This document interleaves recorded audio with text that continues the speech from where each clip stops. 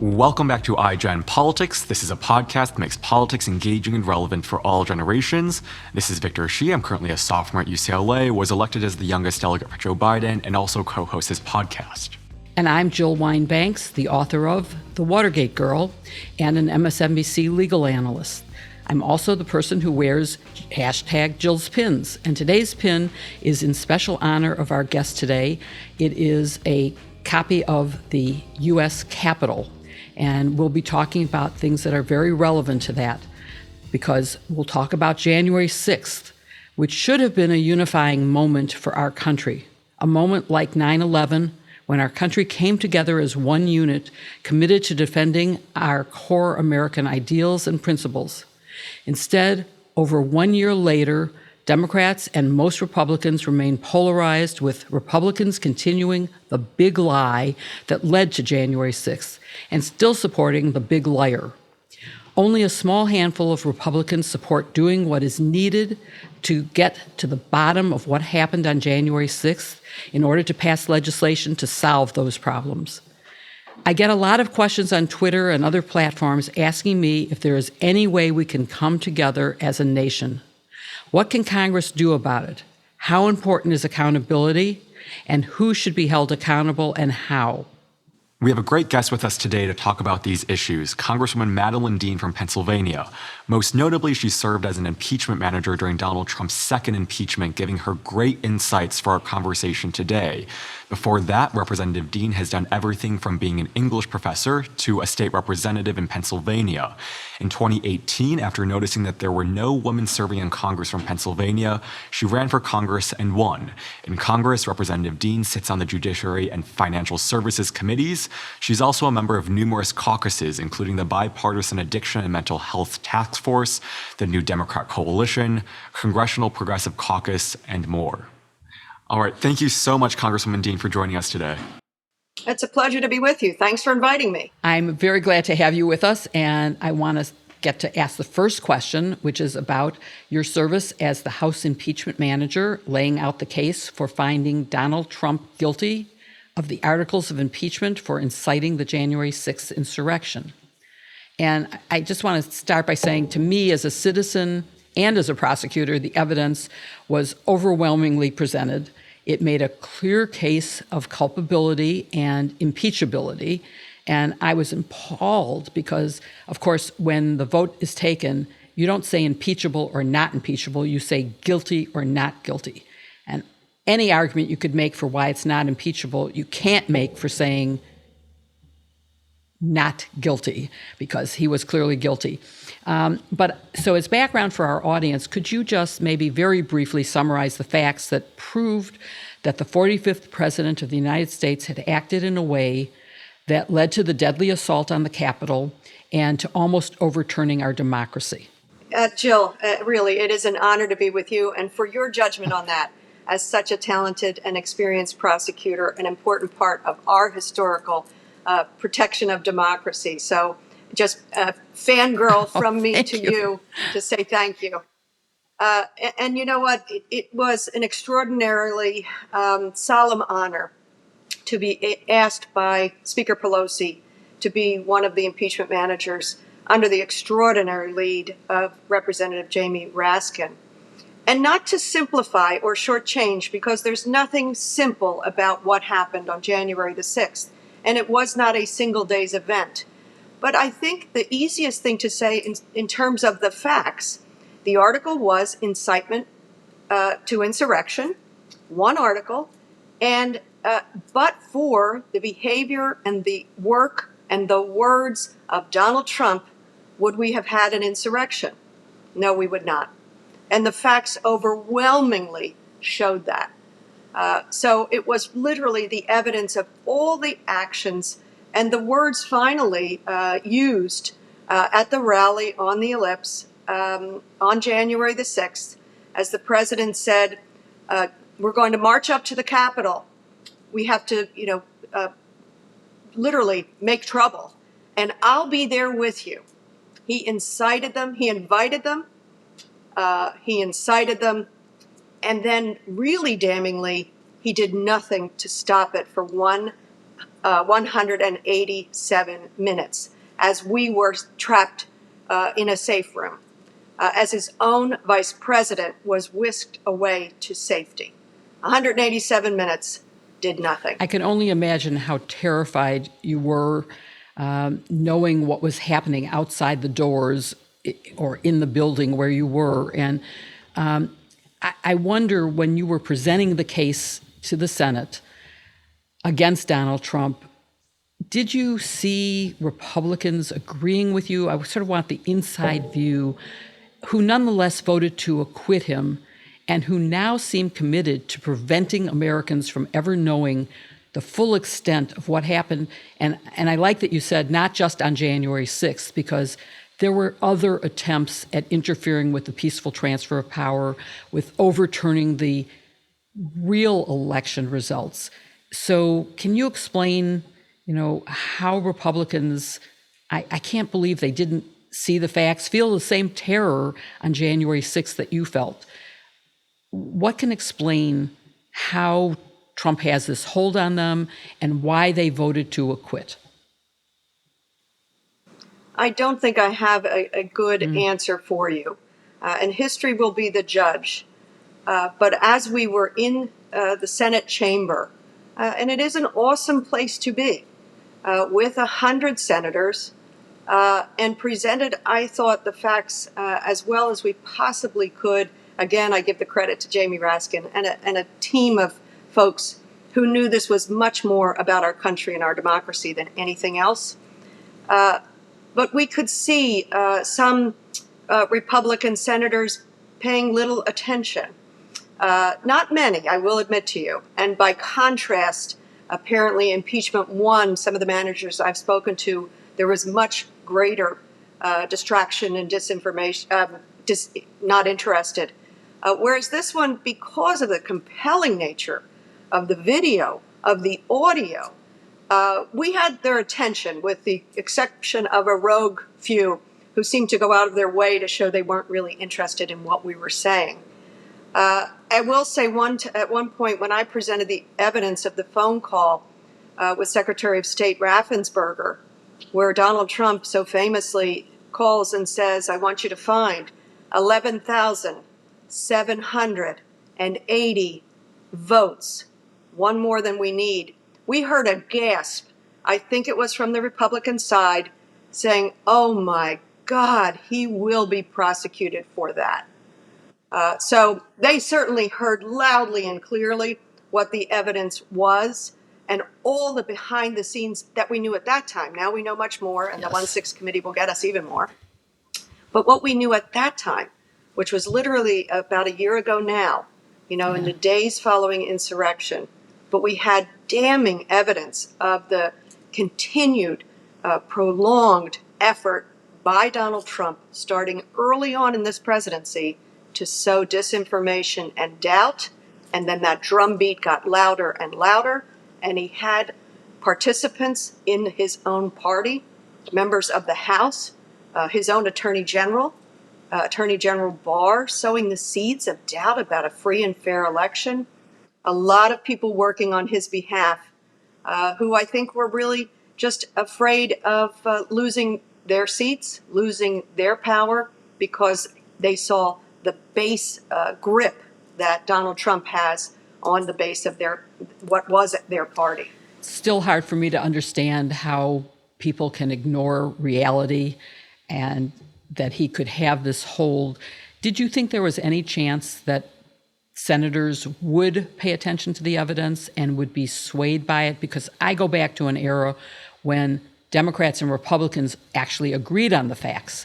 I go back to an era where there was a bipartisan vote to pass articles of impeachment, and when it was Republicans who went to the president to say, if you don't resign, you will be convicted. There is no chance that you will be acquitted. So was there any chance of that in this era? I will tell you, maybe I'm naive, but I think Jamie Raskin and I held out hope. We really did. And because we knew the facts were overwhelmingly clear, and the very strange aspect of this was We were not only impeachment managers, and the senators there were not only the jury to this trial. They were victims themselves. Yes. We were victims ourselves. We were witnesses ourselves. They were witnesses themselves. So it defies any kind of decency or logic. But maybe we had a forerunner to this when his administration, the former president's administration, started talking about alternative facts. I think for some Orwellian reasons, Republican senators were hoping to spew alternative facts in the interest of self-preservation, I believe. I will say that after the vote, I went back, my argument was complete, and I realized it was time for the vote, so I got myself back into the well of the Senate just to watch, because each senator Right. stands and says his or her verdict, guilty or not guilty. So I ran in to make sure I could just see every single vote cast. And how do you do that when you know the truth? And I remember specifically Mitch McConnell standing in his place saying not guilty and then sitting down. And as we went back to our war room, 150 feet away in the Senate side, we started to look. We had TVs on, and there Mitch McConnell stood in that very same place with a fully prepared speech saying the President of the United States was morally responsible for the insurrection, the events of January the 6th. The hypocrisy. To me, that said he had two tapes. One tape he could play for one audience, another tape he could play for a different one. How sad is that? It is very sad, and it's even more surprising in addition to the fact that you all and all the senators were victims of the very crime that you were talking about, was the American public saw it happen live and was watching the presentation of the evidence. And no one could watch that and not say guilty. The problem is that their voters were watching Fox News, which didn't have this story. But I've long argued that holding people accountable is essential, and that if Nixon had actually been charged with a crime and prosecuted, that maybe this president, this former president, Donald Trump, would have learned a lesson, and that maybe he would have not done what he did. And I'm wondering if you think that if Trump being held accountable now, whether it's in Georgia by the DA there, whether it's in New York, whether it's by the feds, or whether it's just by the public hearings of the January 6th committee that we are expecting to happen, will that make a difference to prevent future recurrence of this kind of anti-democratic, and I don't mean party, I mean anti-democracy conduct? I certainly hope so. I think the former president should be held accountable wherever it is appropriate, at any level where it is appropriate. We have to beat back on this kind of wrongdoing without any consequence. We watched it over the course of his campaign, where he was blowing through guardrails of decency, of human respect, whether it was for his opponents or for Gold Star families, you name it. We saw him blow through one norm of decency or appropriate behavior after another. It always reminds me of raising children. If you don't clamp down on something that is so absurdly wrong, and you let that go on and on and on, sadly, this is what you get. And so for the sake of our democracy, for the sake of ultimately us knowing the truth, I hope that the former president and those around him who are made to account are held accountable to the highest degree of the law. Only then can we reposition ourselves with the norms of democracy. And to your experience in your era, Yeah. Sadly now we have to pass new laws. It's like the post-Watergate laws that had to be passed. We have to pass new laws. I have one bill that's in the larger bill, subpoena compliance. Yes. Strange, large things like that, that this last administration took no interest in and just thought they were above. And you see now the mimicking of that by members of the House or Senate. And we've had Adam Schiff on to talk about the Protect Democracy Act to codify the norms that were so ignored by the last administration. Those are the kind of laws that we need to pass for sure. That's within that bill. That is the subpoena compliance. Exactly. And I did want to say one thing. Excuse me. And this is just to lift up something that I want to appreciate, which is something that Jamie Raskin often says, which is, remember, we did get a strong majority, strongest majority ever, 57 senators, 7 Republicans voted to convict. So while that didn't meet the constitutional requirement, which I completely respect, unlike we can contrast the filibuster, we did get 7 folks who saw in a clear way the responsibility of this president in inciting an insurrection. That is a very good point that deserves mention and emphasis. Thanks. And I was just listening to you describe, that it's similar to parenting. And I just found it sad that we have to hold presidents accountable like we do children. But on that note, there have been many scholars that have stressed the importance of accountability, not only because it's consistent with the rule of law, but also because it's crucial to preventing another coup. With that being said, I'd like to maybe dive a little bit deeper into some of your thoughts on the avenues of accountability for Trump. And perhaps first, what your thoughts are on the work of January 6th, that committee, and do you think they've gone far enough?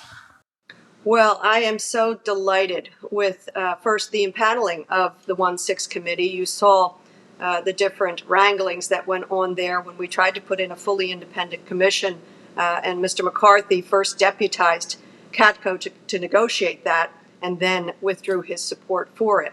But we rose above that, and the Speaker seated this group. And I'm very proud of the work of Liz Cheney and Adam Kinzinger for holding on to truth, democracy, and the rule of law.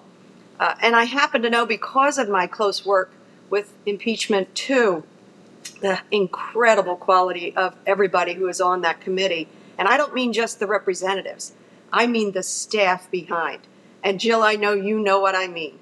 The extraordinary team of talented lawyers and non-lawyers who are collecting the evidence, who are interviewing witnesses. So I'm really delighted. But I do hope we do public primetime hearings so the American people can hear for themselves questions asked, answers provided, evidence found. I think that is going to be critically important for the record, for the historic record. Yeah, I know Jill makes that point a lot, that that was crucial during Watergate, and it's going to be crucial now. Let's move into the Justice Department. Merrick Garland made a significant move in holding members of the Oath Leaders group guilty of seditious conspiracy. Yet many remain hesitant about how far he's willing to go in terms of holding the top of the totem pole accountable Donald Trump. Do you think he's investigating Trump, and that he should prosecute Trump ultimately? With the Attorney General, obviously, what a breath of fresh air to have an Attorney General who actually upholds the rule of law and the independence of the Department of Justice, contrasted with, sadly, what the former Attorney General Barr did with his audition for the office and then what he did while in office. I hope and I trust, although obviously I have no inside information as to what the Department of Justice is doing, but I hope and I trust that they are investigating everyone involved, up to and including Donald Trump. Absolutely. Yeah, and we all want the investigations to run their course no matter how long it takes. But from perhaps a political perspective, how important do you think it is that the facts of January 6th become public before the midterms? And do you think it'll shift votes? I hope they become public sooner than later. If you remember, the criteria under the independent commission would have been to have a report by the end of last year. So it would have done the work quickly, independently, and also avoided this political season. Having said that, I have full confidence in the 1-6 committee. They know the deadline, and they know that the American people want this information, regardless of when they vote. They want this information. So I have a confidence we'll get it, and we'll get it in the upcoming months. Yeah, fingers crossed. And if I'm wondering if Trump announces he's running again, do you think that changes his prosecutability? I don't. I don't think it changes. Again, it shouldn't change the facts. It shouldn't change what the investigations, multiple investigations, reveal. I fully expect he will try to run again. All the more reason why we get our work done. I completely agree with you, and I have, since the days of Watergate, said that even a sitting president could and should be indicted when the evidence is sufficient. I mean, we are not a banana republic. We don't want to make a habit of going after the former holder of the presidency, but when the facts are so clear and you can't ignore them, you cannot let someone off the hook. But I want to turn to a powerful piece you wrote in the Philadelphia Inquirer. It was titled, "I had hoped the tragedy of January 6th would bring us together. I was wrong." That was the title. And those of us who followed the events of January 6th remember that many Republicans came out on that day and on TV, on social media, and they denounced the insurrectionists and even President Trump, even then President Trump. But they seem to have retreated back now into denial. And that's why we can't come together, is because they're denying that this happened or that it was wrong if it did. And, blaming, it was really the Democrats and Antifa who did this, it wasn't us, when it's clear that it was. And the January 6th evidence, the committee's evidence is making that even clearer. But so why do you think people have retreated? Well, Jill, you're a far better lawyer than I, but I remember hearing from, for example, Representative McCarthy or Mitch McConnell or others who at the time of the insurrection showed the clarity of thought to say the president is responsible. I considered that when you saw how they flipped within days, whether it was Mr. McCarthy going down to Mar-a-Lago and conferring with the former president, facing impeachment, I compared it to an excited utterance. That in the moment, they excitedly said the truth. Just like if you were in a car accident and it was my fault and I said, "Oh my gosh, I didn't see the stop sign." Excited utterance, revealing of the truth. And then they think, "Oh gosh, if I say that, I might have some responsibility here." So that is my very amateur, going back to law school comparison, because I think what they did was they quickly calculated, what impact will my truth-telling have on me and my next reelection, or my bid for Speaker of the House? It was a personal calculation as far as I can tell. It's so true what you are saying. And in this article, you also wrote, and I'm going to quote you, "The lies that stormed the Capitol remain a threat to our democracy." And to me, those lies are continuing to this day. At Trump rallies, they're repeated. On right-wing media, they are repeated.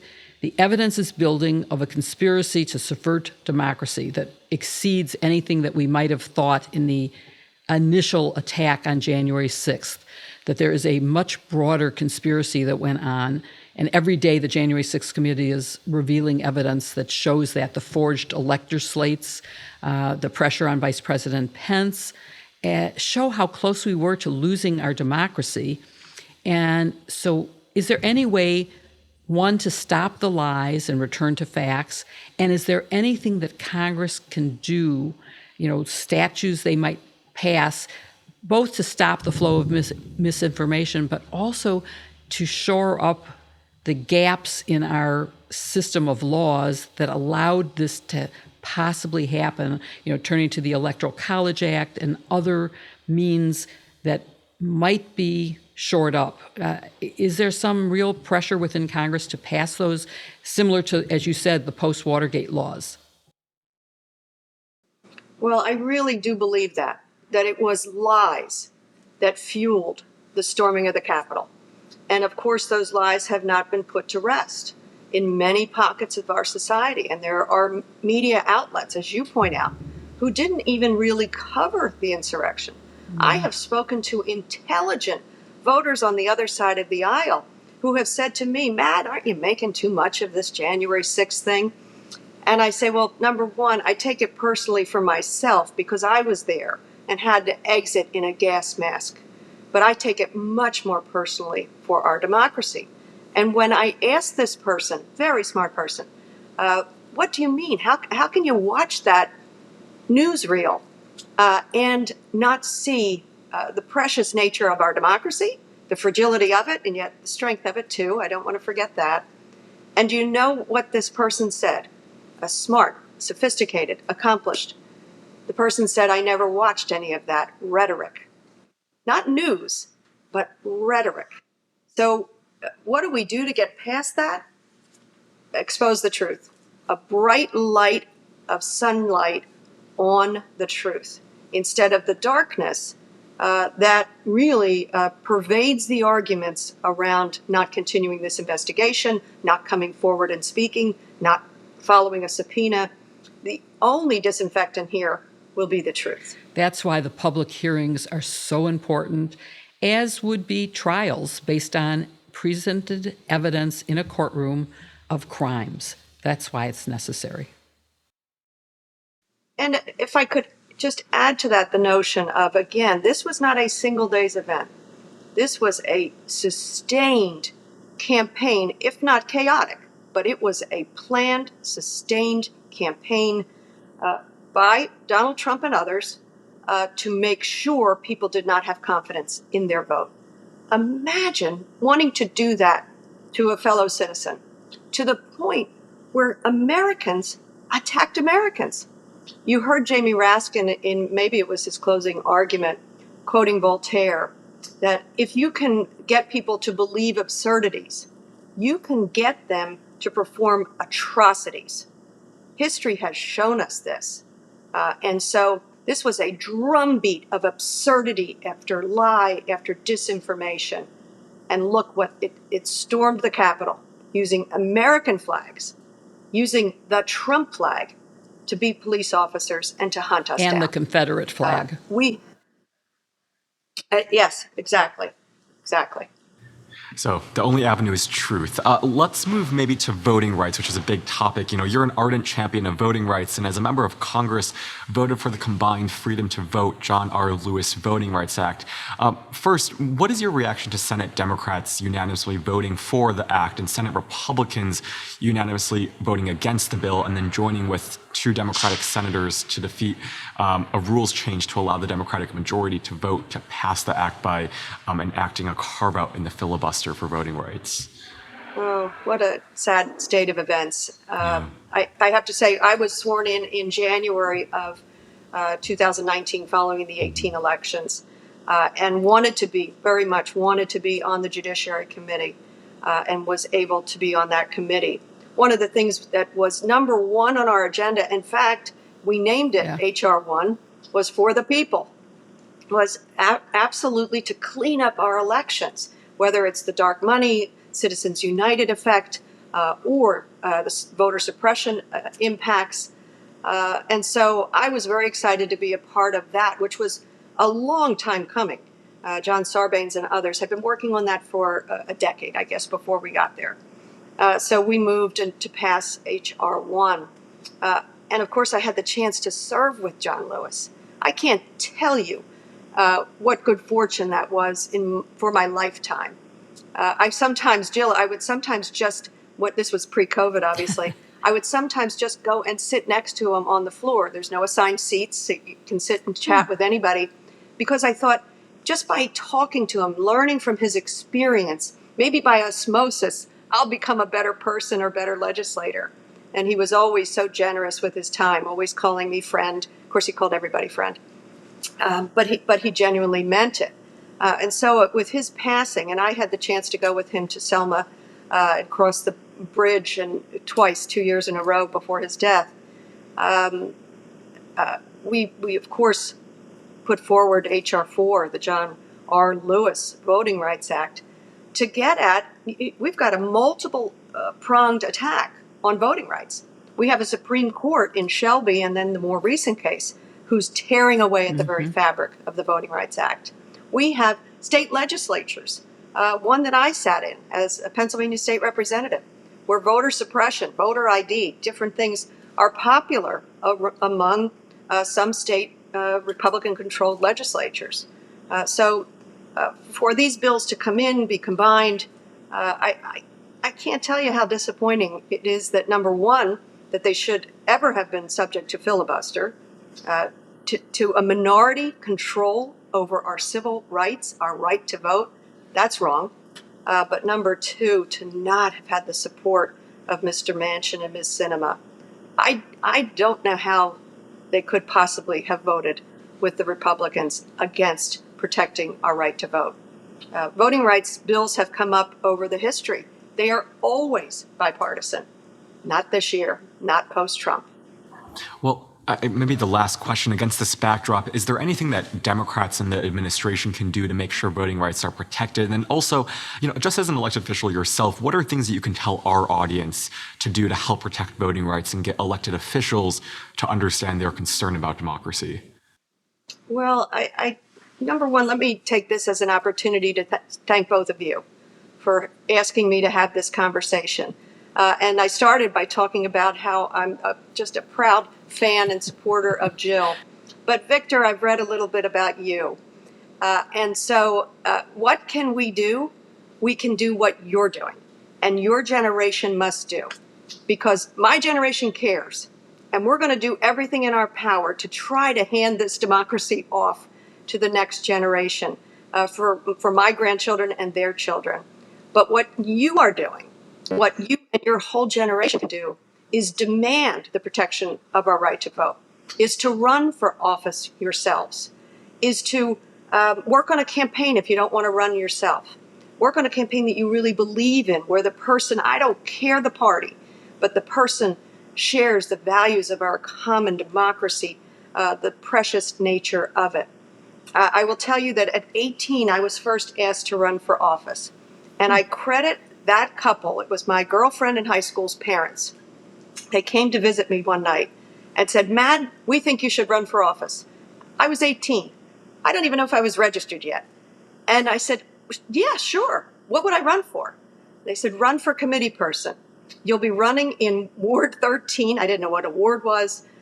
You'll be running against an incumbent. I didn't know what that meant. But because they simply asked me, they opened a door. I ran.